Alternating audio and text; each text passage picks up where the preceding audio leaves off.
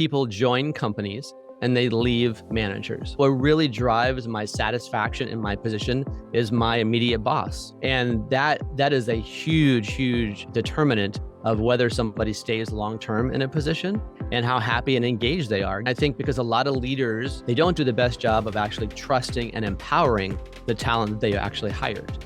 And they micromanage, or they're hovering over their shoulder, or they're not giving them the autonomy or the ability to be truly disruptive or innovative. With a brand new year, it's important to start well, but with all the doom and gloom that's going around and how the world is changing, being optimistic and positive is not always a good way to go. Our guest today is founder and CEO of Turning Point Executive Search and author of The Practical Optimist, an entrepreneurial journey through life's turning points, and he's host of the Leadership Happens podcast. Welcome, Ken Schmitt. Thanks so much, Rob. I'm excited to be here. Ken, what does optimism mean in today's crazy world? Yeah, I've always been a big believer that optimism is really kind of a mindset, right? It's a frame of mind. It's how you choose to show up. And while there's a lot happening around us in the world, whether it's geopolitical or with climate or anything else out there, there's a lot of things that are certainly out of our control as the average citizen. But the one thing that you can control is optimism, and your attitude and your approach to things and how you show up. If you're a leader, how you're leading your team. What are you allowing them to do? How are you empowering them? How are you trusting them? And if you're an employee, are you willing to be candid and provide pushback and provide, feedback to those around you, and also, managing up into leadership as well. And so optimism really is that belief, not that it's a Pollyanna, pie in the sky, everything's always great, right? You've got to have that balance of practicality and kind of realism to balance off that optimism.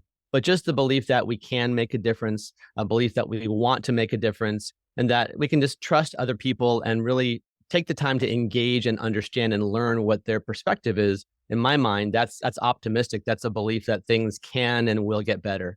Mm. Our audience, accountants, finance, tech professionals, leaders, they're very black and white in many ways. They don't have time so much for they might call it wishy-washy or the softer side of things. It's binary, it's right, it's wrong. They don't really think about mindset and positivity and optimism. So convince us that it counts.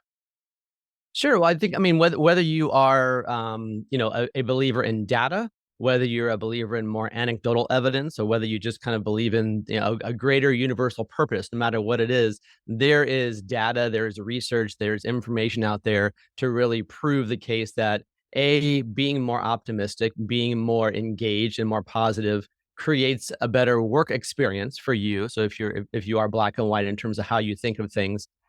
Secondly, it also helps you in terms of just your own well-being.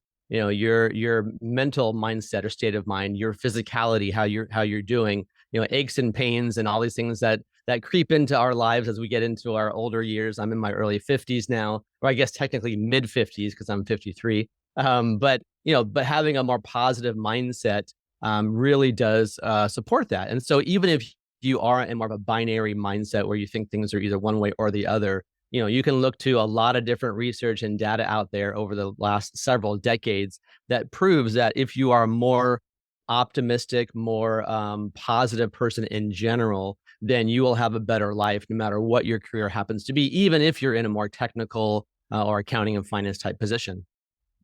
Let's talk about the generations. It used to be that if you were young, you saw the world in a good way, full of possibilities. You've got that vigor of youth, if you like, and nothing can get you down. And as you get a little bit older, you get a bit more grumpy.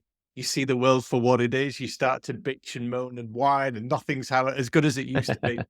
But have things flipped? We see a lot of mental health and well-being issues with the younger generation. They live on screens. Talk to us about the approach of generations to something like optimism. Yeah, I think, well, actually, back to one of your first questions is, defining optimism. And I think that's what we're all getting used to, all of us being in leadership roles and being a little more advanced in our career experience versus those that are Gen Z in their late teens or early to mid 20s. And I think optimism for us was, as far as from a career perspective went, optimism was if I put my time in, if I show up early, if I stay late, if I kind of give it my all and do the right things and just do what my boss asks me to do, then my optimistic self will say, great, I'm going to climb that corporate ladder. I'm going to get to a better position with more authority, more responsibility, more money. And that was kind of our definition of optimism and those kinds of things. If you look now to Gen Z, and I have two kids, one 26 and one 22. So I am living and breathing the Gen Z, attitude day in and day out.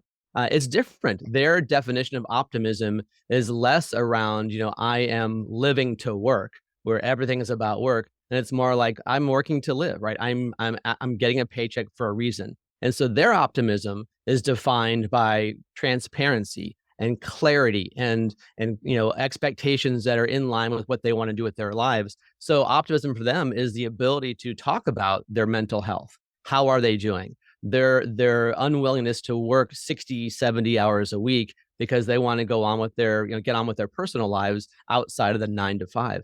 So I think, the optimistic, the optimistic Gen Z has a different definition and approach to how they look at life versus those of us. I'm Gen X, and those of us that are a little bit more seasoned in our experience will look at it as well. And I think also optimism is I think the positive side for Gen Z in terms of what we're seeing from them is they're very optimistic about making a difference in the world.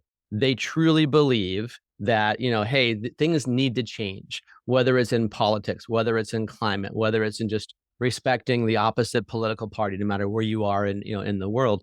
It is about that clarity, that transparency, and that the average citizen can make a difference when they're talking about these things, and pushing back, if you will, on the powers that be. Now, you've got a recruit search and talent background, Ken.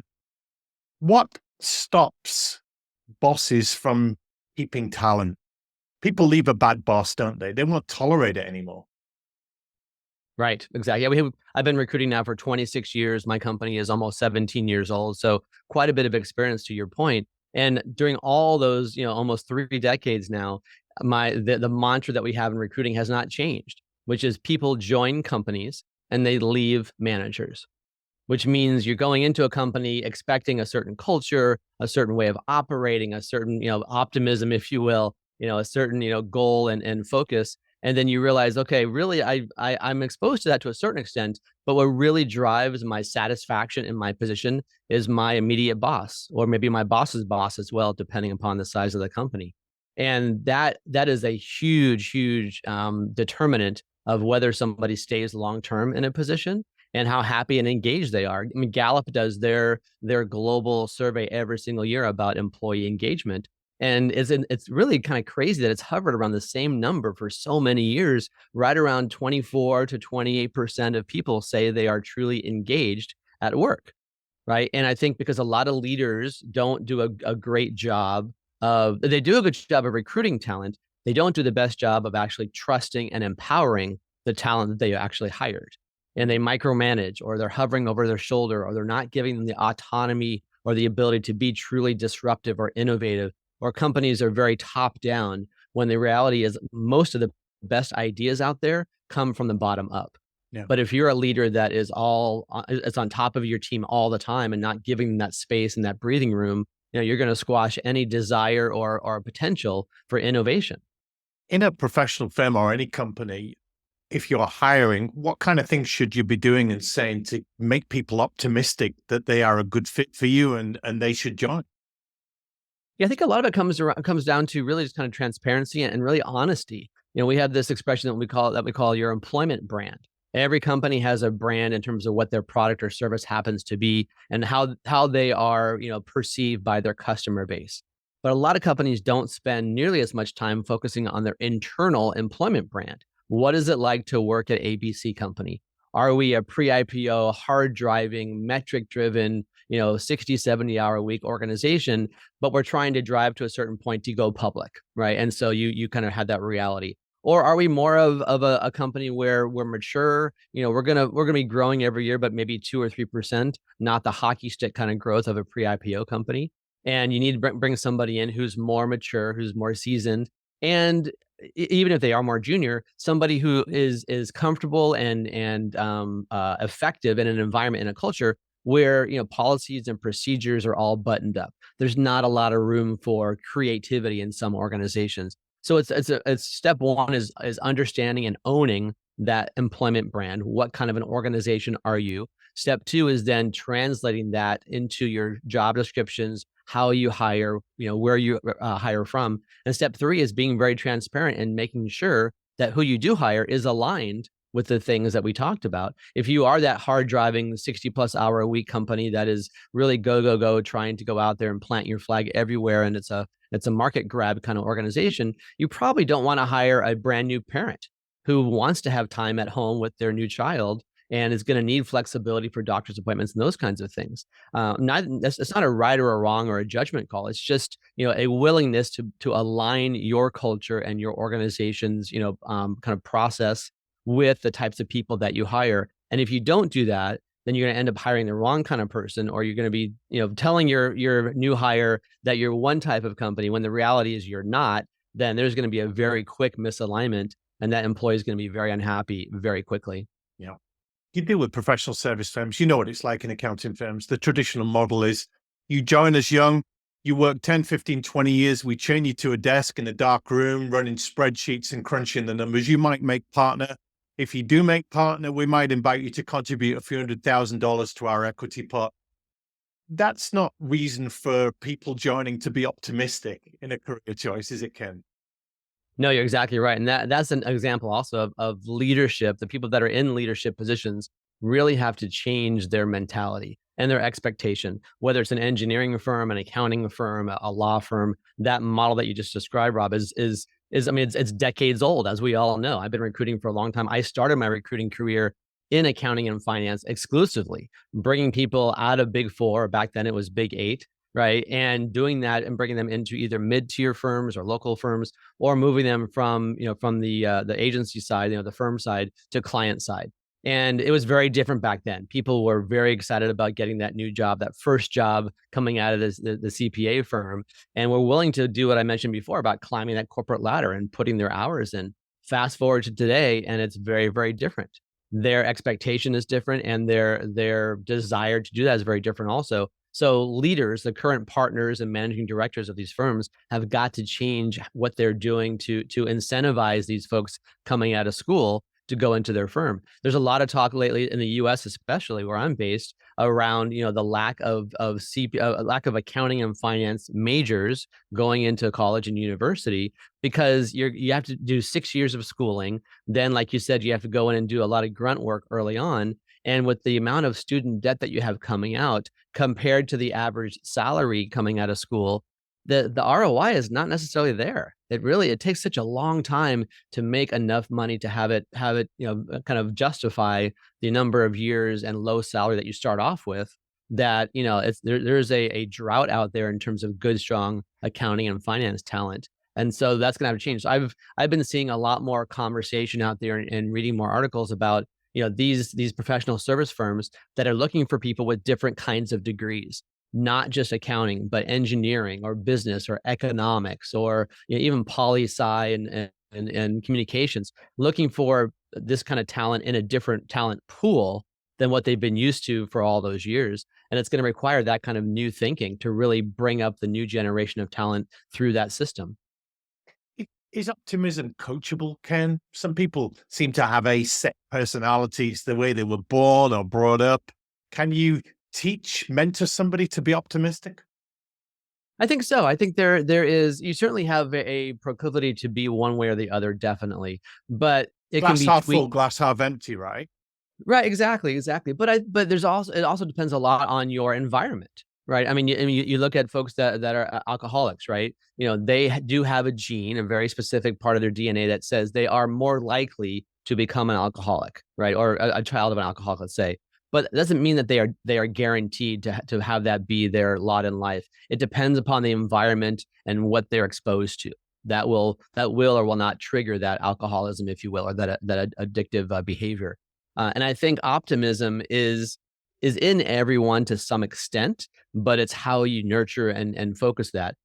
And I think, how many times we either talk to or we hear from brilliant leaders out there who say, "Oh, I had this teacher in fourth grade or seventh grade or eighth, or I had this coach, or I had this or that early on in their life." that somehow unlocked whatever that skill was. It's the same with optimism, right? So teaching and being a great leader and a boss is really important, and you will have the ability to mentor and develop optimism in your team if you look at your role in that way. If you see your role as not just being ticking and tying numbers left and right, but truly a responsibility to mentor and develop and craft an organization full of optimists, full of people that see the glass half full, as you talked about before, and not people that are looking for the doom and gloom everywhere.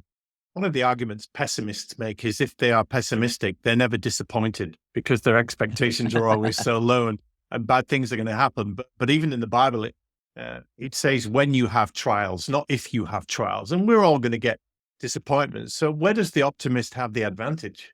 I think they have the advantage kind of going into a situation where their default, if you will, is that, okay, this is going to go well. How can I ensure or improve the likelihood and the odds that it will go well? So that is definitely an advantage. But I would say, and like you mentioned earlier on, my book is called The Practical Optimist. And I get that term because my dad was very optimistic, the visionary, kind of the entrepreneur who, the proverbial, I think Reed Hastings from LinkedIn said, it's all, if you're an innovator and an entrepreneur, you're basically jumping off a cliff and building the parachute on the way down. That was my dad for sure. My mom, also very visionary, brilliant woman, somebody who had a lot of great ideas, was very methodical, but was also very, very practical.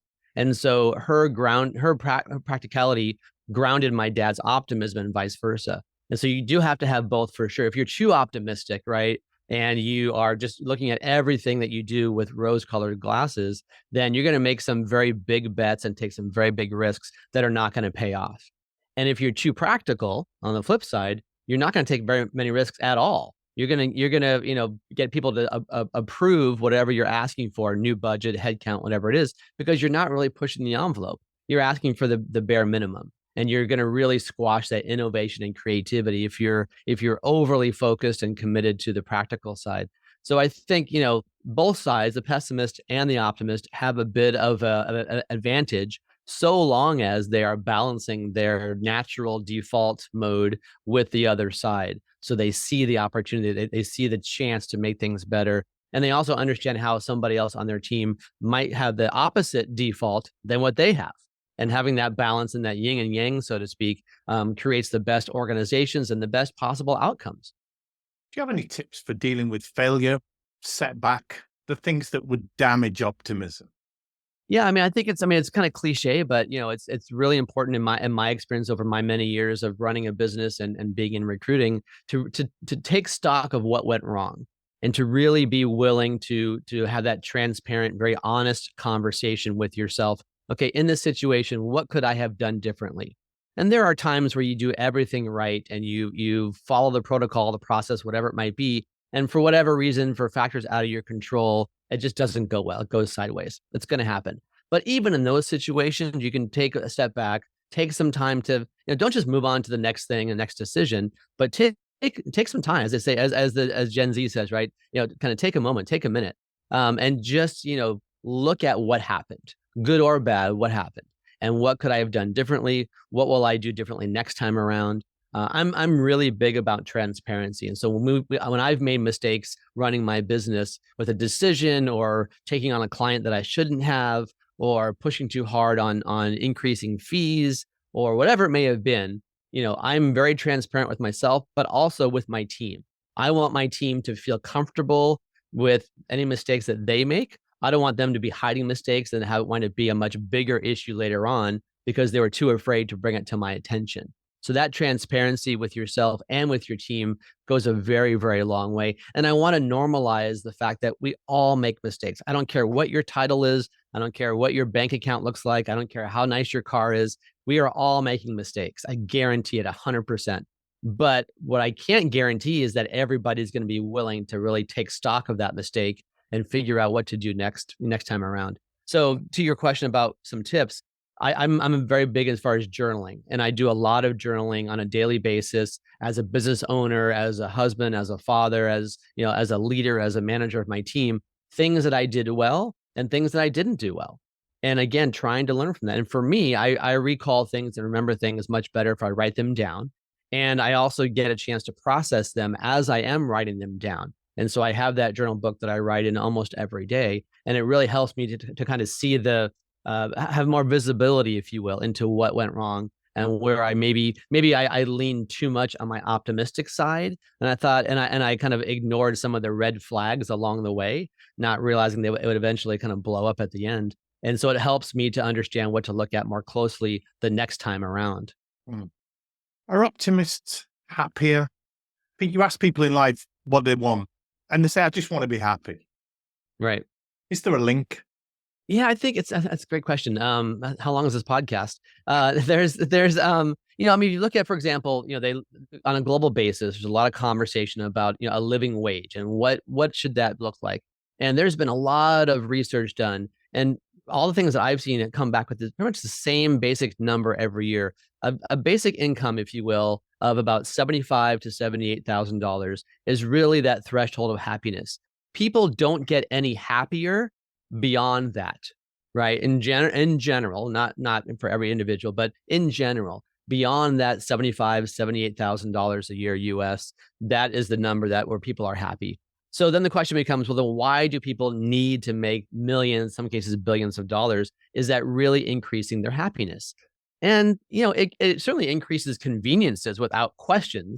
But are they truly happy or happier, I should say? That's a big question out there. And so I think it's hard to answer that question in a succinct way, but I think happiness to some extent is in the eye of the beholder. Back to my earlier comment about everybody or Gen Z is defining optimism differently. I think we're starting to define happiness differently as well, perhaps as a result of the pandemic, where the entire globe, the entire planet went through the same thing. And we're realizing now, okay, people that were traveling 70, 80% of the time in a sales position, they realize now that, you know what, I wasn't very happy doing that. I'm still willing to travel, but I'm going to travel 40% of the time. And I want to spend more time at home with my family. Or I'm not going to work so many hours in the office. I want to be able to leave by 6 p.m. To get home and actually see my kids before they go to bed at night. Or I want the flexibility of working from home, either hybrid or fully remote, so that I can take an hour off midday, pick up my kid from school, or go see their ballet recital, or go watch a soccer game that they're playing in. And that really is what truly drives my quote unquote happiness and my satisfaction with life. It's not about another title. It's not about more money. And we have this joke in recruiting that, nobody on their deathbed says, oh my God, I wish I had worked more. Nobody has that, regret at the end of their career or end of their life, right? It's, I wish I had spent more time with my family. I wish I had focused more on my relationship with my kids or my spouse. So that's where I think happiness, if you will, and optimism along with it is definitely being redefined in today's world. We hear a lot about mental health, mental well-being, mental resilience. Is there evidence that if you are optimistic, you're more likely to safeguard your mental health? Yeah, so I'll condition this by saying that I've been married to a marriage and family therapist for 31 years. Okay. So there's some degree of success there. And again, back to transparency and communication, it's very, very important, obviously in a marriage as well as in any other relationship as well. But in terms of kind of mental health in general and connected to optimism, I don't know that I don't know if it's directly correlated. I think again, it depends on how you define optimism. If you define optimism as I have agency over my life, I have control, I can make a difference, I can make an impact in my life, then yes, without question, that And will if it invariably, goes wrong, I can yeah, bounce back from that. right, exactly. Yeah, you have that resilience, but also that perseverance to bounce back, but also push through. Perseverance and resilience is really important. And so I think that mental health or that ability to connect the two is based on how you define, both of them also. But I also think that, one of the taboos or challenges with mental health is that people were not comfortable in years past talking about it. And so not only are you struggling with mental health issues, but now you have to keep it hidden, which just exacerbates the problem and makes it much worse. If you are optimistic, if you're an optimist and you feel like, you know what, I have agency over my mental health. I want to and I can do something about it. If I'm feeling depressed or down or whatever it might be, or the world events around me are really just, taking its toll. I can go see a therapist. I can talk to my HR leader in my company and say, hey, do we have an ERG plan? Do we have an employee resource group? That's what it's called in the US here, that where they provide mental health services, where we have a benefit plan at my company that provides mental health services, not just medical, but also mental health. So I think that transparency, that willingness to normalize mental health, it definitely probably starts with optimists because they, know they can have a difference and make a difference.